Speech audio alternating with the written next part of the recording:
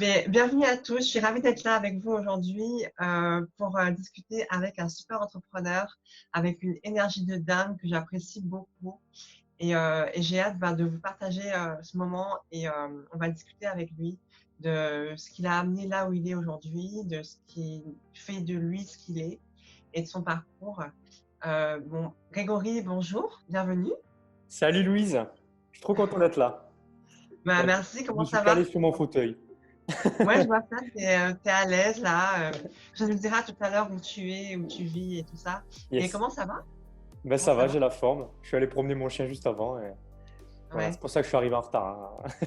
C'est mon chien la T'es priorité, hein, avant l'interview.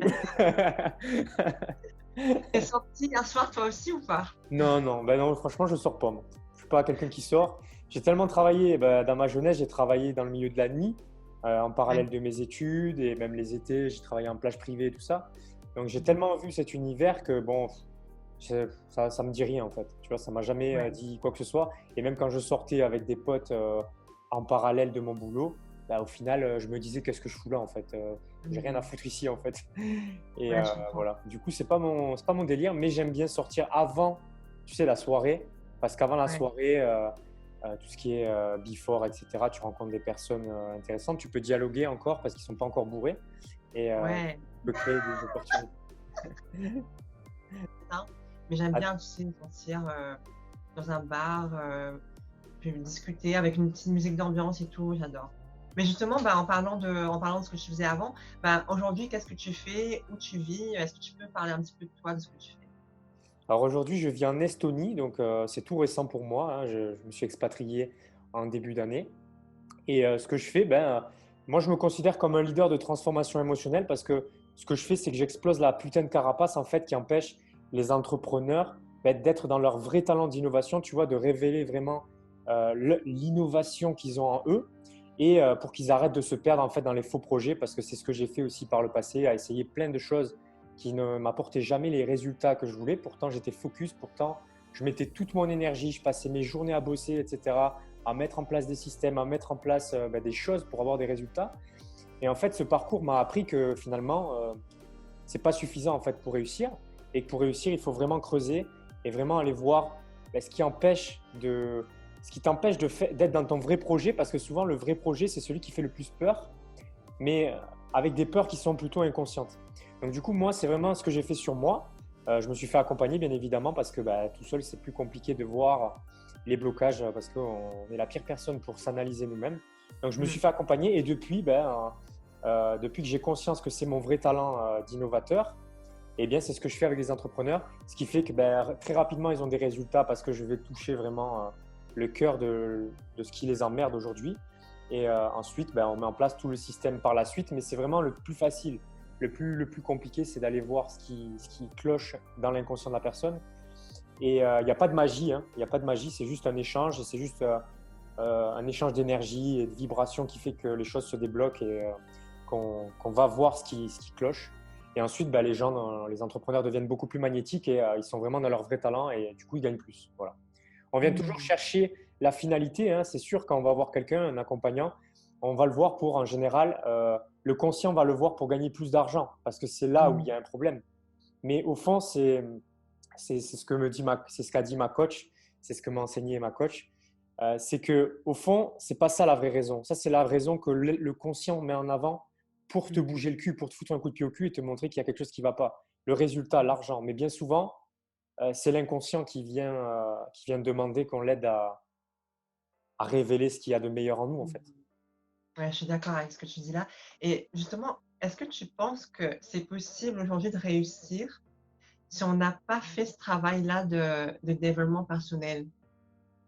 Ben, beaucoup plus que le développement personnel, c'est un travail interne et un travail Mmh. de Mmh. transformation émotionnelle.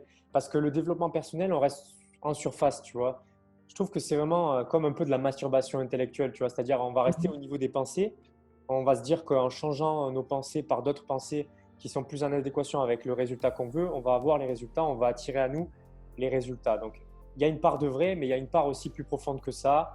Et ça, le développement personnel, eh bien, je trouve que c'est pas suffisant. D'ailleurs, il y a beaucoup de monde qui fait du développement personnel et on peut pas dire pour autant qu'ils ont les résultats, même s'ils sont persuadés que ça les aide et tout ça. Et ça les aide parce que il y a un travail qui se fait, il y a une évolution quand même, il y a une prise de conscience. Mais bien je pense sûr. qu'il faut aller beaucoup plus loin.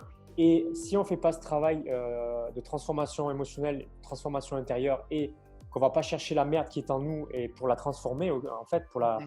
pour vraiment prendre conscience et ensuite la transformer pour qu'on puisse révéler ce qu'on doit révéler en fait dans notre Mhm. vie, eh bien non, tu peux mettre tous les systèmes en place, tu peux créer tous les business que tu veux créer, même si tu vas t'intéresser à l'avatar et au client idéal. Enfin, c'est même pas un client idéal parce qu'il est même pas en accord avec toi. Un client idéal, il est en accord avec toi. Mais là, c'est vraiment, tu vas te renseigner un maximum sur lui, tu vas Mhm. apprendre ce qui l'emmerde et tu vas calquer ton marketing sur ça. Donc, ça peut marcher et ça marche pour beaucoup de personnes. Mais très Ouais. rapidement, ce qui se passe, c'est elles sont fatiguées parce qu'elles sont dans la force, elles sont dans le faire.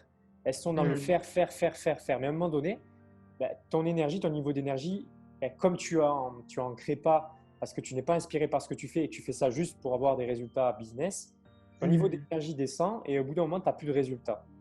Et c'est à ce moment-là que tu prends conscience que ce n'est pas suffisant et qu'il faut aller vraiment creuser et voir quelque chose qui est beaucoup plus profond et que tu ne peux pas mettre en lumière grâce au marketing pur. Mhm. Le marketing pur qui Oui, je consiste comprends. à étudier l'avatar, étudier le client, voir ses besoins, créer un produit et créer un système, un tunnel et vendre ça avec de la pub.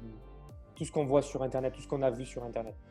Et je pense qu'on est dans une ère où on va beaucoup plus loin maintenant et on est obligé d'y aller parce que ça ne fonctionne plus. Parce parce qu'on a évolué. Les gens, ils sont plus cons. Tu vois, au début, Internet, c'était tout nouveau. Les formations en ligne, c'était tout nouveau. Ah ben, allez, on va tester. Mais il y a tellement de gens qui font ça maintenant qu'il faut aller beaucoup plus loin. Parce que les gens maintenant ne sont plus dupes et voient que ce n'est plus suffisant. Donc, il faut aller creuser chez les gens. Et c'est un challenge pour nous en tant que coach parce que bah, c'est sortir de sa zone de confort. Tu vois, parce qu'auparavant, Mhm. tu pouvais te cacher derrière des vidéos, derrière un système et c'était suffisant. Maintenant, c'est plus le cas. Si tu ne te montres pas dans ton authenticité, bah, ça ne marche plus. Donc, Mhm. c'est toujours pareil. On est obligé d'être confronté à un mur pour évoluer et pour aller beaucoup plus en profondeur. Voilà, Mhm. toujours comme ça. Ouais, je comprends ce que tu veux dire et effectivement, je partage bien ton point de vue. Que même si on a mis toutes les techniques en place, on a mis toute la stratégie, hem, c'est tout le temps dans en fait, tu es pas dans le flow, en fait. Et quand tu es vraiment dans ta zone de génie, là, tu es dans le flow et c'est facile et tu es plus en train de buter contre un mur à essayer de forcer, à mettre des budgets pub, à ouais, en fait, ça devient plus facile, en fait, je crois. Quand tu as vraiment trouvé ta zone de génie, c'est là où ça devient fluide pour toi. C'est ça que tu voulais dire un peu, Ah, c'est c'est ça? sûr. D'ailleurs, il Ouais, y a beaucoup de personnes qui gagnent beaucoup plus d'argent que des gens qui font énormément de publicité, ouais. juste avec du trafic organique, Mmh. des trucs, des posts, des vidéos, etc. Mais pourquoi? Ben, parce que ces personnes-là, elles sont vraiment qui elles sont dans leur authenticité et elles Mmh. n'ont pas besoin de parler à tout le monde. Elles parlent aux personnes avec qui elles veulent travailler et c'est suffisant. Mmh. Alors que bien souvent, quand il y a des gens qui font des budgets pubs faramineux, c'est que ben, ils essayent de toucher tout le monde et forcément, avec le budget statistiquement, il y a toujours un pourcentage de personnes Mmh. qui se convertit en client. Bien sûr. Mais je trouve que quand on est vraiment dans notre authenticité, eh bien, on n'a plus besoin de faire autant d'efforts que ça. Et c'est ça qui est Mmh. cool. C'est qu'on fait Ouais, je juste comprends. ce qu'on doit faire et ça vient. Tu vois? Et Mmh. c'est ça le magnétisme, en fait, c'est ça, en fait. Devenir magnétique, c'est vraiment ça. C'est que, ben, en fait, les gens, ils viennent vers toi et juste parce que tu es qui tu es et pas parce que tu fais ce que tu fais. Tu vois? Mmh. Ouais, du coup, ça résonne bien avec ton message et ce que tu fais dans tes Yes. coachings Yes, et parce que le justement magnétisme, si tu veux savoir, le magnétisme, pourquoi le magnétisme en fait? Le magnétisme parce que j'ai toujours été attiré, mais par la force des choses, par le magnétisme. J'ai eu des problèmes de peau, je suis allé voir des magnétiseurs, ça a fonctionné, donc je ne comprenais pas pourquoi ça fonctionnait. Et j'étais toujours dans l'hyper-contrôle, même si je suis quand même un contrôlant à la base, mais j'ai souvent été dans le contrôle et je ne comprenais pas pourquoi ça marchait. Et du coup, ce magnétisme, au lieu de me dire, mais pourquoi ça marche, ben, en fait, je l'accepte en fait. Et du mmh, coup, ce magnétisme, s'il fonctionne sur moi, ben, c'est qu'il est en moi. Donc, autant ouais, l'utiliser et autant l'utiliser et montrer que je suis ça en fait. Tu vois? mmh et en faire une force et justement, bah, qu'est-ce qui t'a amené toi jusqu'ici? Ça a été quoi ton parcours, jusqu'à maintenant? Ben, mon parcours, ben, j'ai fait des études, j'ai un bac S, tu vois, je suis allé jusqu'au bac S. Et depuis le collège, en fait, je voulais être notaire. Mais la raison, elle est tellement débile quand tu regardes pourquoi je voulais être notaire. C'est que tout simplement, ben, j'avais vu un notaire dans un forum des métiers au collège. Au collège, déjà, on te fait chier à te demander qu'est-ce que tu veux faire dans la vie. Alors que toi, tu es là, tu veux juste kiffer, tu vois. Et déjà, on te fout des personnes enfin, on te présente des métiers. Bon, bref. Et en plus, on te présente des métiers classiques. On ne va pas te présenter le métier de l'entrepreneur sur Internet, tu vois. Et Mhm. du coup, je discute avec un notaire et tout, et je le vois bien habillé. Et le mec, je le vois il a l'air, parce que je pense que voilà, maintenant j'ai compris, mais il avait l'air dans l'abondance financière et tout. Et Mhm. voilà, il avait l'air d'avoir de l'argent et de kiffer et tout. Du coup, je me suis dit, ah ben, je vais être notaire, tu vois. Du coup, je l'ai trimballé toute ma scolarité, cette envie d'être notaire, mais plus parce que je ne savais pas trop ce que je voulais faire au fond. Et du coup, je me raccrochais à ce métier en me disant, bah, écoute, ça va être le moyen pour moi bah, de réussir et de montrer à mes parents que j'ai réussi, que tout va bien, que j'ai de l'argent et qu'on me fout la paix. Donc, Mhm. quand on me demandait ce que je voulais faire, bah, je disais je voulais être notaire. Au moins, c'était réglé, je n'avais pas besoin de me prendre la tête. Je dis je veux être notaire et voilà. Donc, je fais mon bac S et tout. Donc, après, bah, pour être notaire, il faut faire du droit. Donc, je suis allé à la fac de droit. J'ai fait ma licence et mes études, elles se sont passées dans la force. C'est-à-dire que j'ai toujours eu des bonnes notes, mais j'ai dû travailler très dur pour les avoir. Je n'étais pas quelqu'un Mhm. qui avait de la facilité à avoir des résultats. Et Ouais. d'ailleurs, ça s'est vérifié dans l'entrepreneuriat au début. J'étais pas dans la facilité à avoir des résultats, je devais travailler dur pour avoir des résultats. Et je n'avais pas des résultats de dingue, sauf à certains moments. Voilà, j'avais 14-15 de moyenne, tu vois, c'était pas mal, mais je n'étais pas dans l'excellence non plus. Et Mhm. ensuite, je suis passé à la licence, à la fac. Pareil, j'avais des résultats, j'étais toujours dans les meilleurs de ma promo, mais c'était voilà, 14, tranquille, tu vois. Mais j'avais des bons résultats, mais je travaillais très dur, très, très dur, tu vois. Et arrivé au master, où j'ai dû partir de Perpignan, ma ville natale, pour aller à Montpellier, là, j'ai commencé à être face à un mur où il n'y avait plus cette réussite, malgré la force. C'est-à-dire vraiment, pour une fois, je travaillais très dur et il n'y avait pas le résultat derrière. Alors Ouais. là, ça commençait à être difficile pour moi à accepter parce que j'avais toujours l'habitude d'avoir des bons résultats et de passer les choses avec, sans échec. Et là, premier échec de ma vie où je redouble mon master. Tu vois, vraiment, premier échec où vraiment je me suis senti mal, je me suis senti Mhm. nul, je me suis senti, waouh, je vais finir clochard en fait. Tu vois, vraiment, si j'ai pas mon master, je vais finir clochard et je vais pas réussir ma vie. Et du coup, qu'est-ce que je vais raconter à mes parents? Qu'est-ce que je vais raconter à mes proches et tout? Comment je vais justifier cet échec en fait, tu vois? C'est ça le problème. Et d'autant plus quand tu es en droit, où tu es toujours dans la justice, la justification des choses, Mhm. et tu as toujours tendance à te justifier. Donc là, je me sentais un peu perdu, tu vois? Waouh!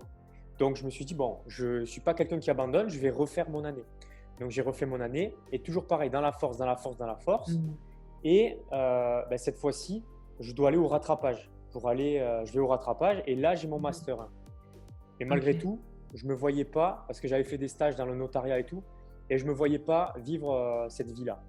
Pour une Mhm. fois, je me suis dit, bon, j'avais des a priori, mais dans la réalité, c'est pas comme ça que ça se passe. Donc du coup, je vais peut-être remettre en question mes envies, tu vois. Donc, une fois que j'ai eu mon master, je me suis dit, bon, allez, je vais pas faire ça, donc je vais faire quoi avec mon master? J'ai passé des concours, j'ai passé plusieurs concours, j'ai passé officier dans la police, officier dans la gendarmerie, officier dans l'armée de terre. Et j'ai pas eu officier police et gendarmerie, mais j'ai eu officier dans l'armée de terre. Donc je vais Mhm. passer mes tests et tout se passe bien. Et du coup, bah, on me dit, bon, mais c'est bon, tu peux rentrer en tant qu'officier à Saint-Cyr dans 6 mois. Tu vois. Ok, Mhm. cool. Enfin, j'ai le sentiment que ma vie, ça y est, je commence à réussir ma vie. On va me foutre la paix, je vais être casé dans un cadre, on va plus me dire qu'est-ce que je vais faire dans ma vie. Et je recherchais ça en fait, je recherchais euh, la sécurité et le cadre et pouvoir dire ce que je fais aux gens. Parce que c'est Mhm. compliqué quand tu sais pas, quand tu n'es pas encore dans un cadre, quand tes parents ils vont parler à des gens, ils vont parler à des personnes à l'extérieur. Qu'est-ce qu'il fait ton fils? Ben, mon fils, il est encore, il n'est pas inséré dans la société, quoi. Tu vois, il est encore dans les études et tout. Ouais. Et du coup, moi, pour moi, c'était compliqué à vivre, tu vois ça. Parce que voilà, mon frère, lui, il était dans la marine, il est dans la marine. Mes parents, ils n'avaient pas de mal à expliquer ce que faisait mon frère quand on Mhm. rencontrait d'autres personnes. Et en plus, avec un peu de fierté, ouais, mon frère, mon fils est dans la marine et tout. Alors que, et ton deuxième? Ah, mon deuxième, bon, je sais pas trop ce qu'il fait. Et c'était très difficile parce qu'à l'époque, quand j'étais plus jeune, c'était moi un peu le modèle de la famille, tu vois.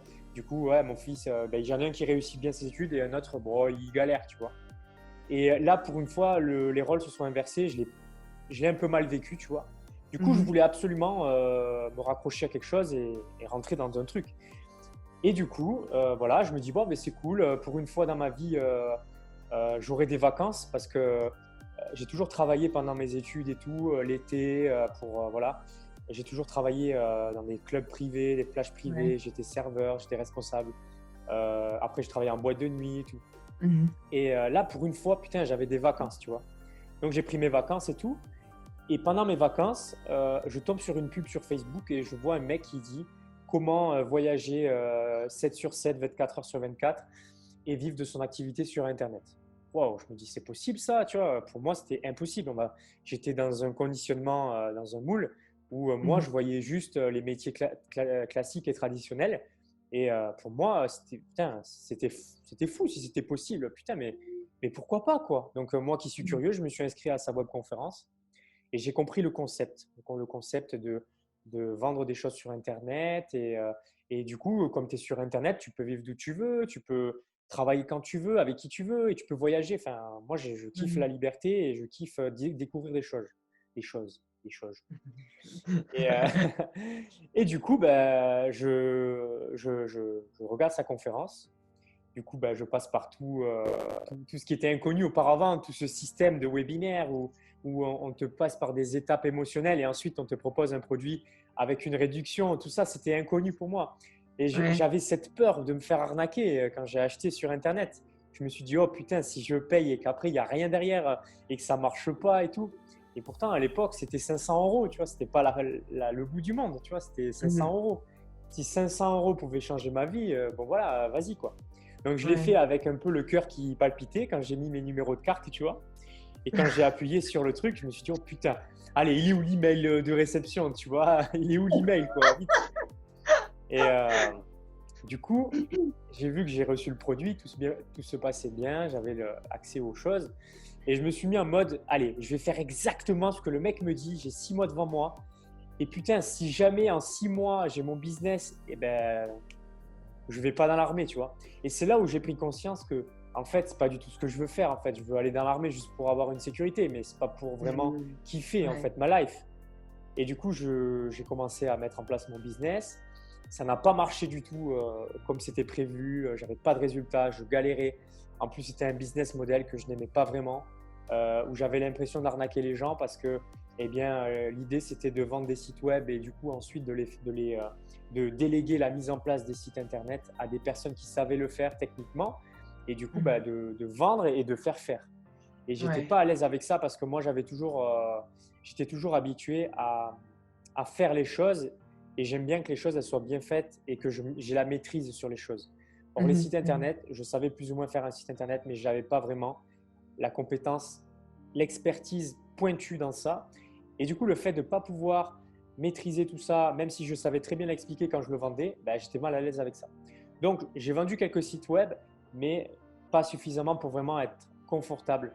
Et j'étais toujours finalement dans la lutte, dans le faire, dans le faire, dans le faire. Et je ne comprenais pas, je faisais tout ce qui était dans la formation. Je ne comprenais pas pourquoi je n'avais pas les résultats. Et tout ce qu'on me disait, c'était continue. Et ok, l'entrepreneuriat, la persévérance, c'est sûr que c'est la clé. Ouais. À un moment donné, Mhm. quand tu continues mais que tu n'as pas les résultats, au bout de 6 mois, un an, à un moment donné, il faut que tu te remettes en question sur ce que tu fais. Mhm. Donc j'ai commencé à me remettre en question sur ce que je faisais et pourquoi je le faisais et tout ça. Et au début, c'était simple, c'était pour gagner ma liberté, pour faire de Ouais. l'argent et avec cet argent, financer ma liberté et voyager. C'était pour ça. C'était pas pour Mhm. kiffer ce que je faisais au fond. C'était pour gagner ma liberté purement avec de l'argent. C'était tout. Ouais. Ouais. Donc du coup, je continuais sur ça, mais du coup, je me remettais de plus en plus en question. Et du coup, je savais toujours pas quoi faire au fond. Je savais faire des choses, techniquement, mettre en place des sites et des systèmes, mais dans quelle thématique, quel est mon talent véritable en fait. Ouais. Du coup, j'ai rencontré une personne donc, qui est ma chérie aujourd'hui. Et, Mhm. et du coup, elle aussi, elle était dans cette période où elle ne savait pas trop quoi faire et tout. Du coup, je me suis dit, bah écoute, on va essayer un truc, on va mettre en place un truc ensemble, on va voir, ça va peut-être marcher. Toi, tu es passionné du chien, voilà, je vois que en plus, elle m'avait aidé parce que j'avais eu mon premier chien à l'époque. Elle m'avait aidé dans son éducation et tout. J'avais eu des résultats. Je me suis dit, bah écoute, vas-y, partage-le sur Internet et ça va fonctionner probablement. Donc, on l'a fait. Au début, bah, on n'avait pas les résultats, mais on a persévéré parce qu'on croyait vraiment à ce projet et ça nous tenait à cœur, tu vois. Donc, au début, on vendait des trucs à 47 euros, on vendait des trucs quand on vendait un accompagnement à 120, à 150 euros, on sautait, tu vois. Ouais. Vraiment, on sautait comme ça, on faisait la fête, tu vois. Wow, on a vendu un truc et tout, tu vois, sur Internet, c'est dingue et tout.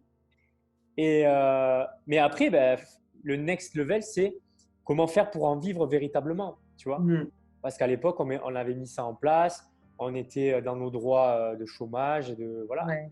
Et du coup, on mettait ça en place. Le temps, ben, on foutait pas rien pendant notre chômage. On mettait en place notre business pour gagner notre liberté, tu vois. Donc, on y croyait et on travaillait très, très dur. Donc, on était aussi dans le faire aussi, tu vois, à l'époque. Mais très Mhm. rapidement, il y a eu une transition où on est passé du faire à l'être Mhm. progressivement. Et là, les résultats ont commencé à évoluer. On a commencé à avoir un peu plus de résultats. Donc, c'était pas au début, on faisait 100 euros par mois. Ensuite, ben, on a fait 400. Ensuite, les 1000 euros. Et tu vois, progressivement, plus on incarnait qui on était, surtout elle, parce que c'était elle vraiment qui est, et c'est toujours elle qui est dans la vitrine de cette activité. Mhm. Moi, je suis derrière en tant que stratège et aussi, voilà, je vois la Ouais. stratégie, je l'adapte avec la personne qui est ma chérie et du coup, ça fonctionne. Mais, mais le truc, c'est que voilà, il y a eu quand même, ça a été un an et demi avant qu'on ait vraiment, on puisse dire qu'on puisse en vivre véritablement et qu'on régénère des chiffres suffisants, tu vois. Et du coup, bah, j'ai découvert cet univers aussi du coaching haut de gamme, tout ça. Et je suis passé d'une croyance, d'une façon de faire où on vendait des produits pour apporter de l'information à vendre des produits pour résoudre une problématique et apporter des résultats et une véritable transformation. Et donc, du Mhm. coup, à ce moment-là, ben, c'est sûr que les prix n'étaient plus les mêmes. On Mhm. était aussi alignés avec ces prix parce qu'on voyait qu'il y avait vraiment une transformation et qu'on on apportait toutes nos tripes pour que les gens ils aient leur transformation avec leur chien. Du coup, Ouais. ben là, on a commencé à pouvoir générer du chiffre suffisant pour en vivre. C'est déjà une belle victoire quand tu te lances en tant Ouais, c'est clair. qu'entrepreneur et que tu as suffisamment d'argent au moins pour couvrir tes dépenses et pour en Mhm. vivre sans devoir travailler à côté dans un job salarié. C'est déjà Ouais, une putain de victoire parce que c'est clair. tu as la maîtrise sur ta vie, ce que tu fais.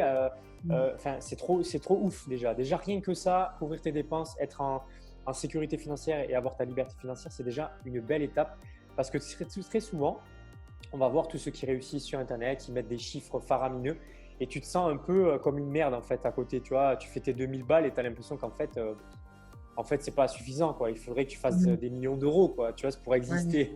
Si tu fais pas des millions d'euros, tu n'existes pas.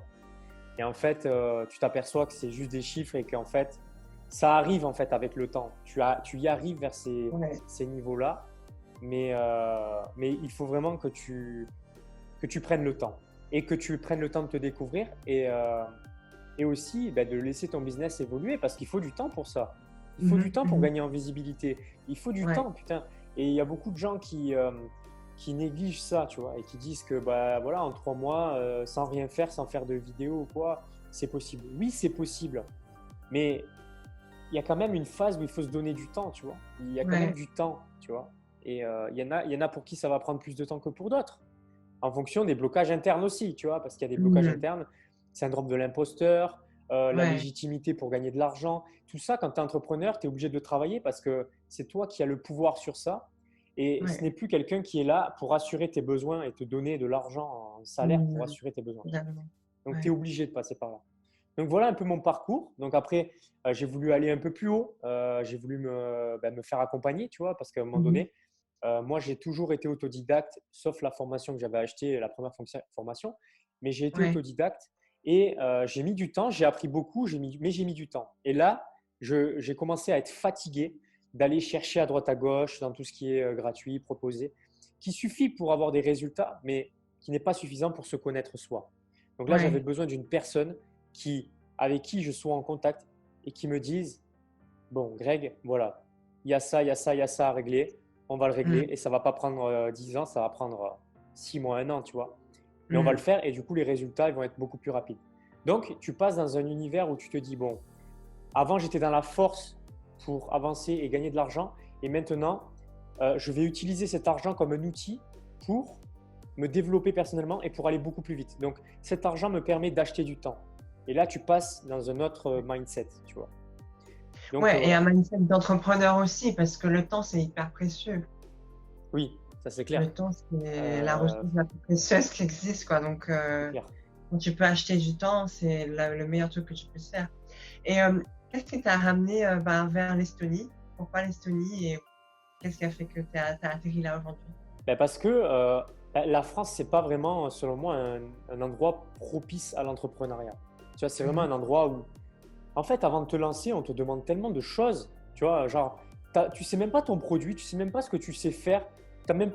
Tu sais même pas si tu es dans ton vrai talent quand tu lances un projet, tu vois. Et déjà, tu dois aller faire des démarches à la CCI où on va te dire, ou alors, ton prévisionnel, c'est quoi? Le chiffre d'affaires que tu veux faire, c'est quoi? Comment tu vas faire? Quel produit tu vas lancer? Et tu vois, alors que finalement, en fait, il y a beaucoup de choses qui se découvrent sur le chemin, en fait, quand tu passes à l'action. Et avant que tu passes à l'action, on te demande des comptes. Donc déjà, ça te met dans des peurs de, est-ce que je vais y arriver? Parce que si je génère pas suffisamment d'argent, eh bien, à côté, il y a des charges à payer, tu vois. Quand tu es entrepreneur, il y a beaucoup de charges à payer à côté. Du coup, il y a toutes ces peurs-là qui t'empêchent d'être dans ta créativité pure. Parce que quand tu es dans ton insécurité financière et quand tu es dans le manque, c'est difficile de développer cette créativité, de la débloquer et de faire vraiment ce que tu as envie de faire parce que tu es toujours dans le doute, est-ce que ça va marcher, est-ce que ça ne va pas marcher. Du coup, tu te raccroches à une sécurité, à te dire, bon, je vais voir ce que les autres font et je vais faire exactement comme eux. Au moins, je ne prends pas trop de risques et je ne vais pas trop me planter parce qu'eux, ils l'ont fait, ils ont eu des résultats et moi, je ne vais pas trop me planter.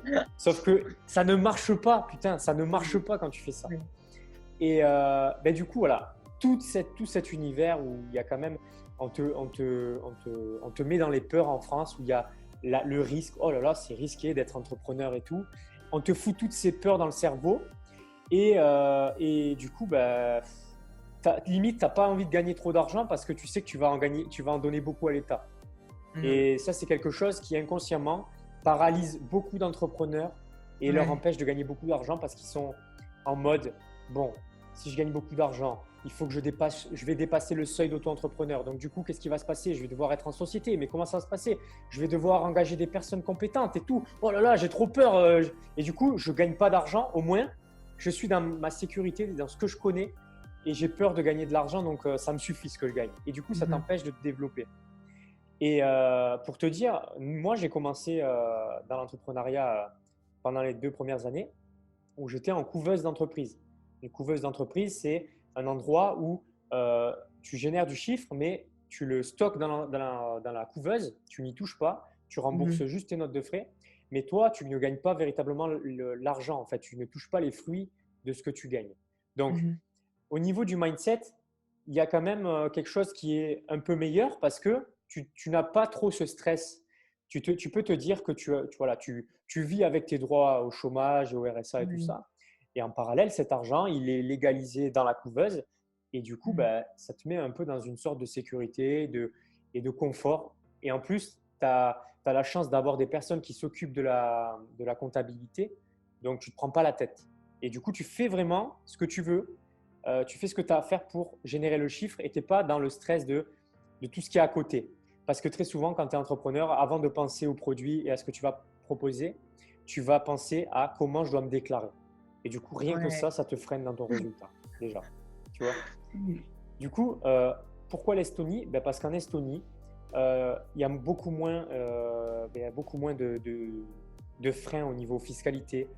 Une activité, c'est beaucoup plus facile à créer. Tu n'as pas besoin de rendre des comptes à une personne pour te dire le prévisionnel, ça va être ça, ça va être ça. Tu vas sur Internet, tu crées ta société, tu payes moins de 200 euros, alors qu'en France, ça te coûte au moins 1000 balles. Il faut que tu ailles voir des juristes et compagnie pour créer les statuts et tout. C'est un enfer. En Estonie, ça te coûte 200 balles. Tu crées tes statuts, tu crées ta société. Tu vas avoir un expert comptable et c'est réglé. Tu vois, et même au niveau fiscalité, Si tu fais tes bénéfices, si tu ne les touches pas, tu peux les réinjecter dans la société. Tu n'as pas d'impôt sur les sociétés, 0% d'impôt, alors qu'en France, impôt sur les sociétés. Ouais. Tu es juste taxé sur la loi du 20-80 sur tes bénéfices.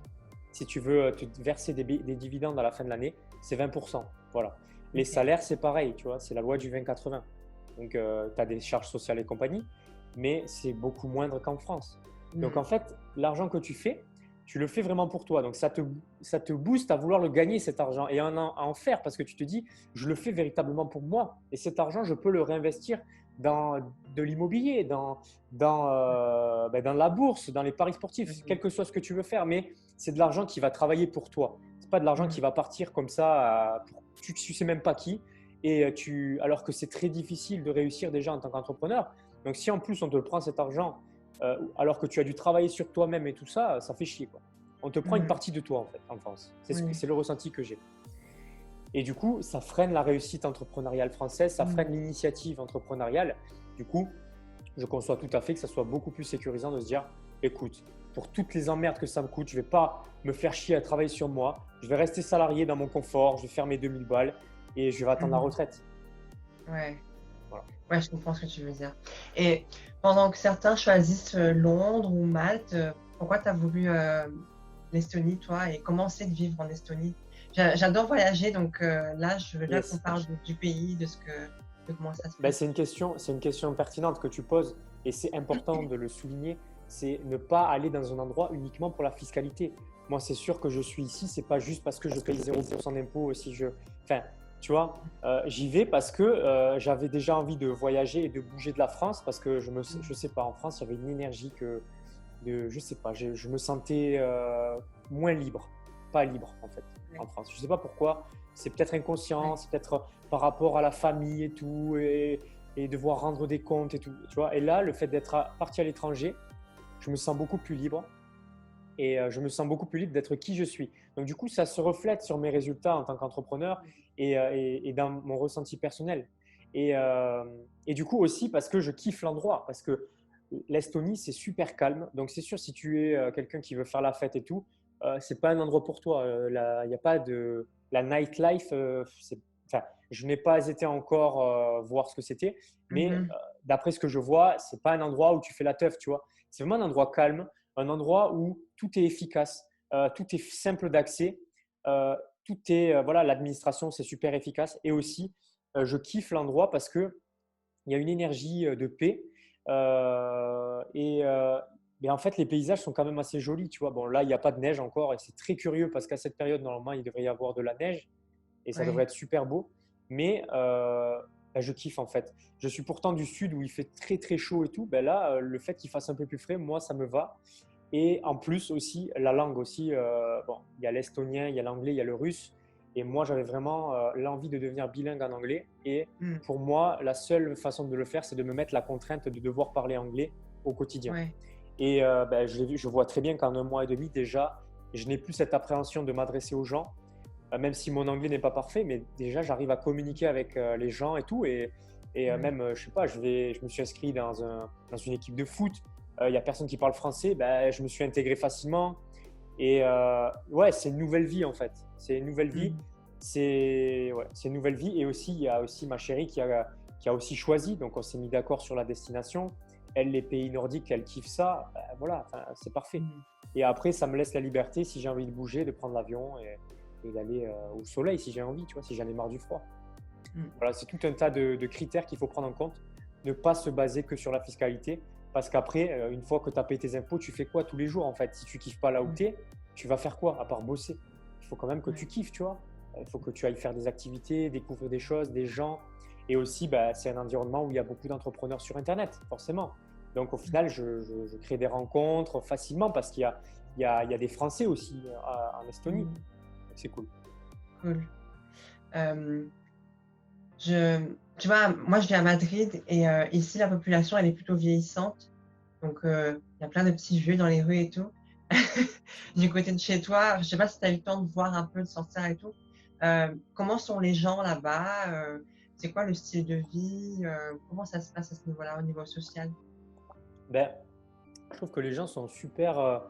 super enfin, avenants. Non, chacun reste dans son coin, mais la population, c'est un peu comme partout, il y a de tout en fait. Après, ça dépend aussi, tu sais, c'est un peu compliqué comme question parce que ça dépend des quartiers où tu vis.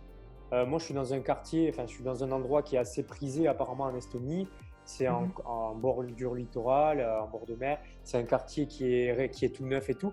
Donc moi, je suis entouré d'une population qui est assez jeune, qui a quand même de l'argent euh, et bah, qui est assez innovante aussi. Je pense qu'il y a beaucoup d'entrepreneurs, en tout cas autour de moi, là où j'habite, et des Estoniens, Mhm. hein, pas forcément des Français.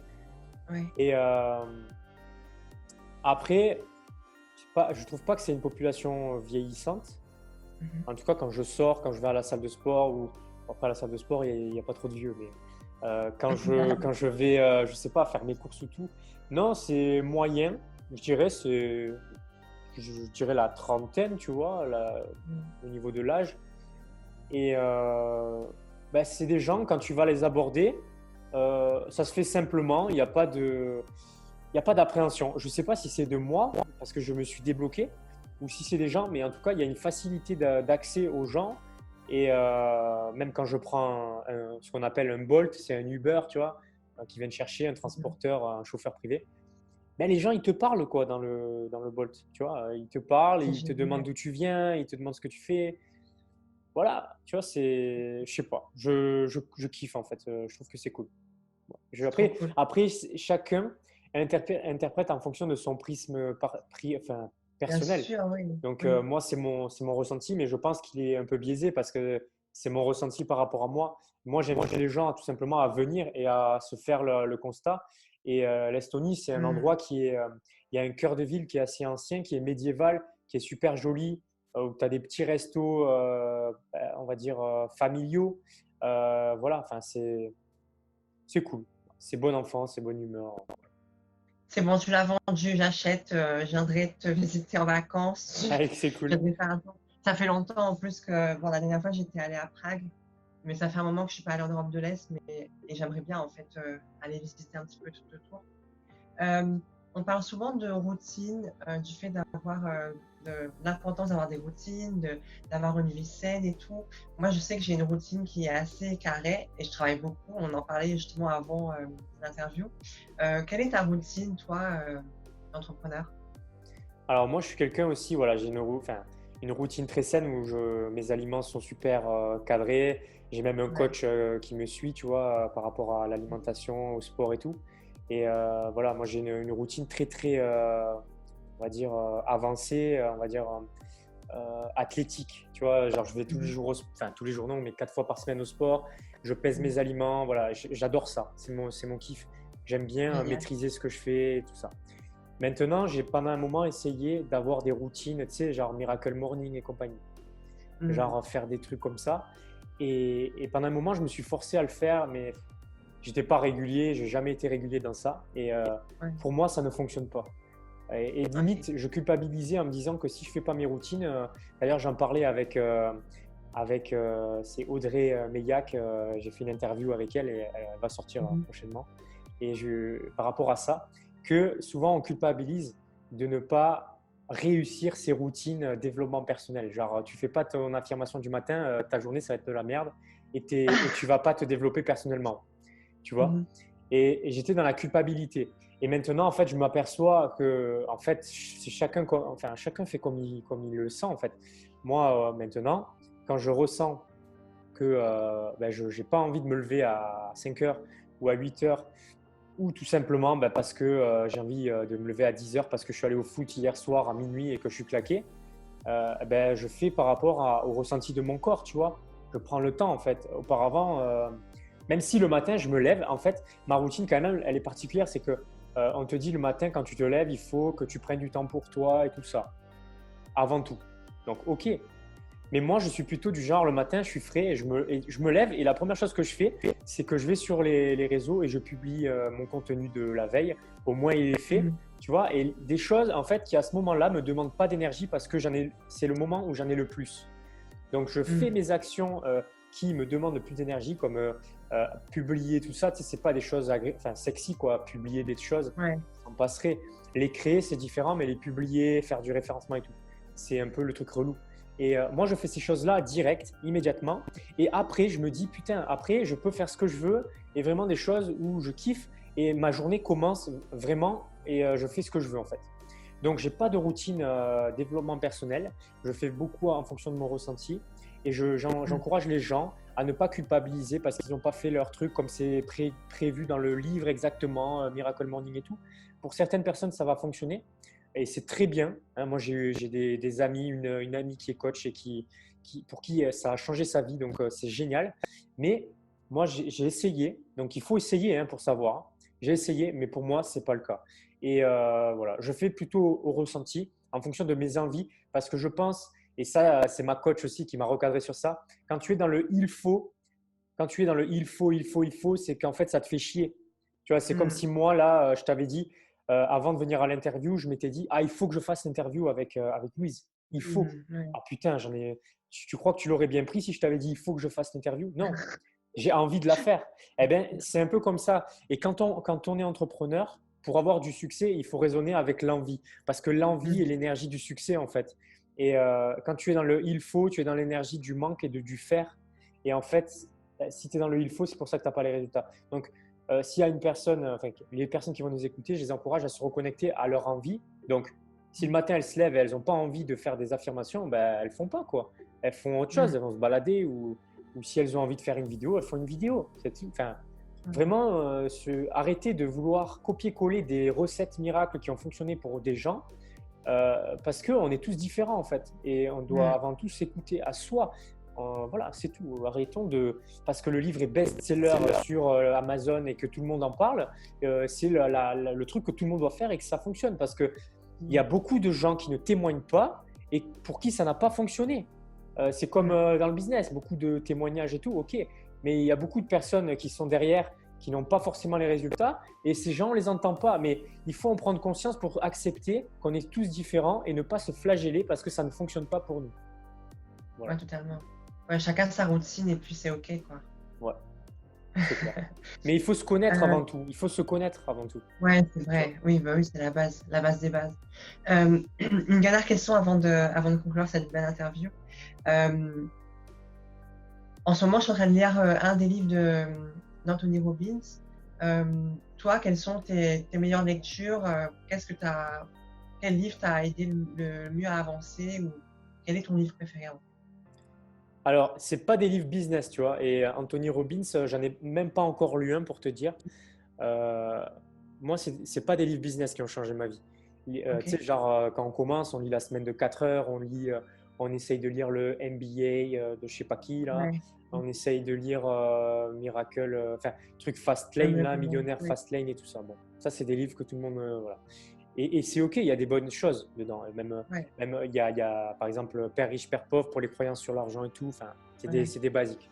Mais moi, le livre qui vraiment m'a fait prendre conscience que il y a vraiment un travail à l'intérieur à faire, ça a été Les 5 blessures. En fait, c'est le premier livre que j'encourage à lire aux gens parce que c'est le premier livre qui te permet de comprendre un peu la merde que tu as en toi et toute cette histoire d'ego, de blessure qui te fait chier tous les jours et tu sais pas pourquoi. Donc ça, c'est un livre vraiment basique que je recommande à tout le monde. Il est vraiment, je le recommande dans mon accompagnement. Je le dis, il faut soit lire le livre, soit lire un article qui résume le livre ou quoi. Mais vraiment, prendre conscience de ça, qu'il y a des blessures en nous et tout. Un deuxième livre aussi que j'ai lu récemment, qui a une connotation spirituelle, mais c'est le titre qui est spirituel, mais quand tu lis le livre, j'ai bien aimé parce qu'il remet sur terre les choses. C'était c'est discussion avec Dieu ou dialogue avec Dieu, conversation avec Dieu. Tu vois. Donc ce livre-là, quand j'ai vu la couverture, je me suis dit oh putain, encore un livre de perché là, ils vont me parler des étoiles et tout. Enfin, et quand je l'ai lu, putain, je me suis dit, et en fait, il y a toutes les réponses limites qu'on se pose, tu as toutes les réponses aux questions qu'on se pose dans la vie. Pourquoi on doit échouer, pourquoi toutes ces questions qu'on se pose et qui nous permet de prendre conscience qu'en fait, pourquoi je vis ça en fait, pourquoi ça se passe comme ça et quelles leçons je dois en tirer et pourquoi je dois être moi-même et pourquoi je dois expérimenter le négatif, la souffrance et tout et pourquoi ça s'est passé comme ça dans ma vie et pourquoi je vis ça aujourd'hui. Et grâce à ce livre, j'ai fait le lien avec toute mon histoire, même si elle est là, c'est le début de mon histoire, mais tout mon passé jusqu'à maintenant. Et c'est vraiment un complément que j'ai vraiment bien associé avec le livre des 5 blessures, tu vois. Ouais. Et voilà, ne pas se laisser piéger par le titre qui est un peu spirituel et un peu qui pourrait rebuter certaines personnes qui sont athées, qui ne croient pas en Dieu et tout ça. Ouais. Parce que il y a une approche assez terre à terre, assez ancrée dans l'ici et maintenant.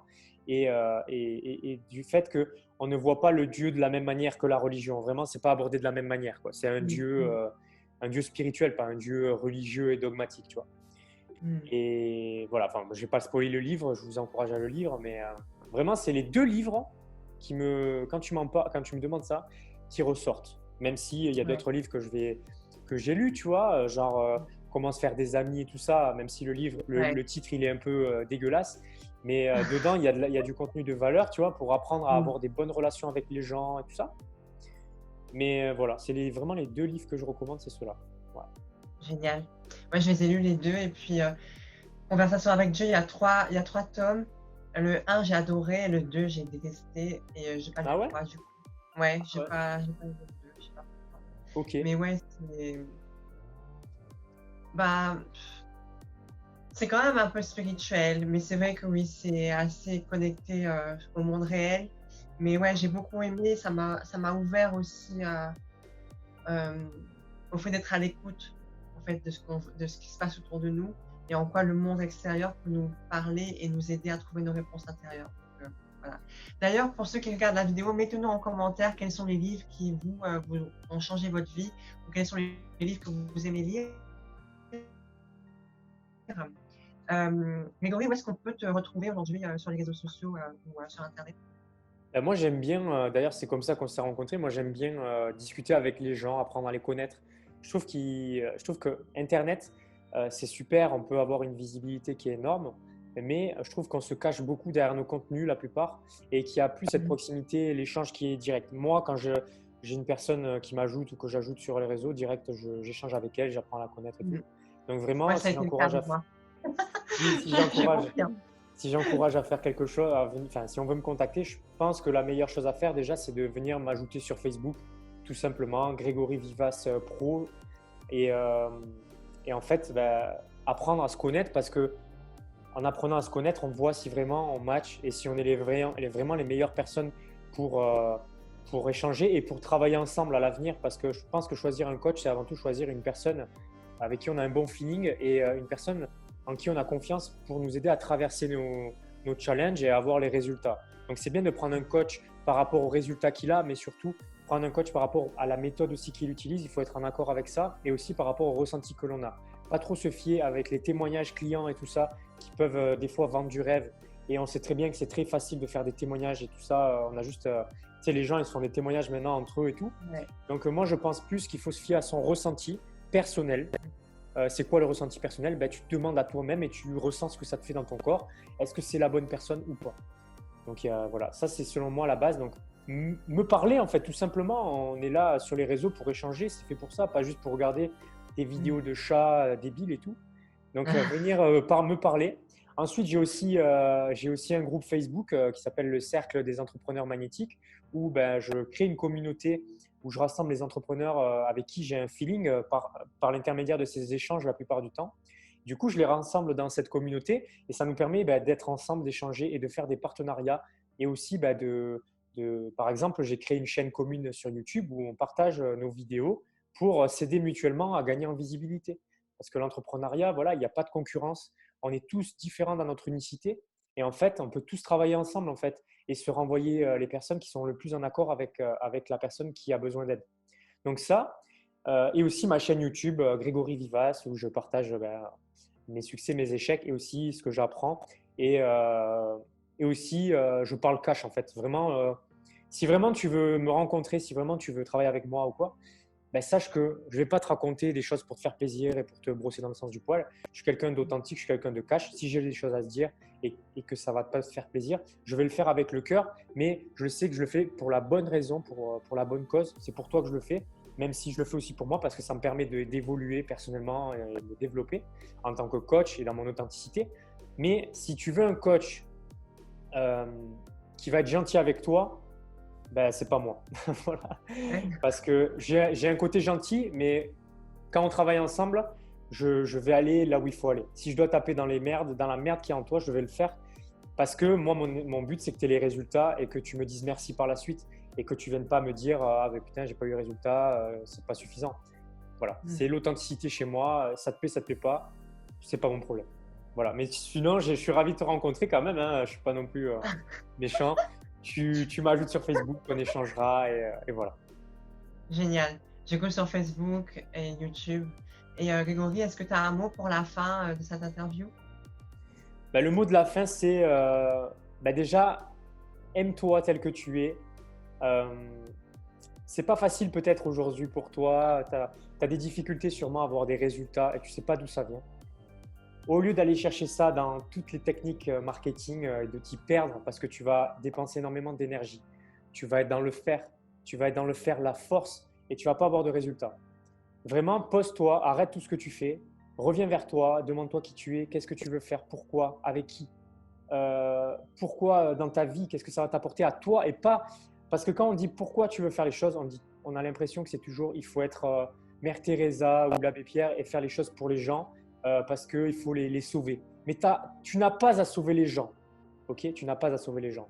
Fais les choses pour toi et tu verras que tu vas en fait sauver les gens mais inconsciemment. Donc arrête de vouloir faire les choses pour les autres. Fais-les pour toi. Fais-les pour ton propre succès avant tout, pour être bien dans ta vie, pour kiffer. Et tu vas aussi attirer les bonnes personnes. Tu vas travailler avec les bonnes personnes. Tu vas gagner plus d'argent. Et tu vas aussi apporter beaucoup plus de résultats. Et les gens vont te recommander. Et ça va être un cercle vertueux. Parce qu'on a tendance à culpabiliser quand on fait les choses pour soi. On a l'impression que c'est mal et qu'on est égoïste et qu'on est une mauvaise personne parce qu'on gagne de l'argent et qu'on kiffe. Mais en fait, c'est tout l'inverse. Donc, reviens vers toi, travaille sur toi. Si tu peux le faire tout seul, en fait, il n'y a pas besoin d'avoir un coach, tu peux le faire tout seul. Ça va juste te prendre un peu plus de temps. Maintenant, si tu as les moyens d'investir en toi, parce que de toute manière, si tu n'investis pas en toi, si tu ne fais pas cette expérience, si tu ne passes pas à l'action en matérialisant l'investissement financier sur toi, ce qui va se passer, c'est que quand tu vas essayer de proposer des offres à d'autres personnes, eh bien, les gens vont te refléter ce que toi tu es, c'est-à-dire une personne qui ne croit pas en coaching et à l'investissement sur soi. Donc déjà, première étape, si tu veux aller plus vite, investis sur toi et fais-toi accompagner. Donc tu vas investir de l'argent, mais tu vas gagner du temps. Alors que si tu ne le fais pas, tu vas économiser de l'argent, mais tu vas perdre du temps. Il y a juste une histoire de choix. Donc là, ça fait un mot assez long, une phrase assez longue, mais vraiment, reviens à toi en fait. C'est tout ce que j'ai à dire. Aime-toi avant de vouloir aimer les autres et tu verras que tu vas attirer les choses, tu vas devenir magnétique, tu vas avoir beaucoup plus de clients et tu vas être dans l'être et pas dans le faire. Donc tu vas kiffer en fait ta life en fait. C'est ce que j'ai à dire. Parce que si tu veux être Génial. entrepreneur, c'est pour être libre d'être qui tu es, vraiment dans ton authenticité. Donc si tu es entrepreneur mais tu te crées un personnage, en fait tu te renfermes dans un carcan encore une fois. Donc autant être salarié, tu vois, au final. Voilà. Ouais, je rejoins bien ce que tu dis. Merci beaucoup, Grégory. Pour être au courant des contenus à venir sur la chaîne, bah, n'hésitez pas à cliquer sur le bouton s'abonner et cliquer sur la petite cloche pour pouvoir être averti lorsque on publie une nouvelle vidéo. Et puis, je vous dis bah, à très bientôt sur ma chaîne ou sur celle de Grégory parce qu'on va publier ça sur la chaîne en commun également. Et puis, pour tout contact, vous pouvez me joindre soit en laissant un commentaire sous la vidéo ou sur Facebook, si vous voulez vous faire interviewer également. Et puis je vous dis à très bientôt. Ciao, ciao. Salut!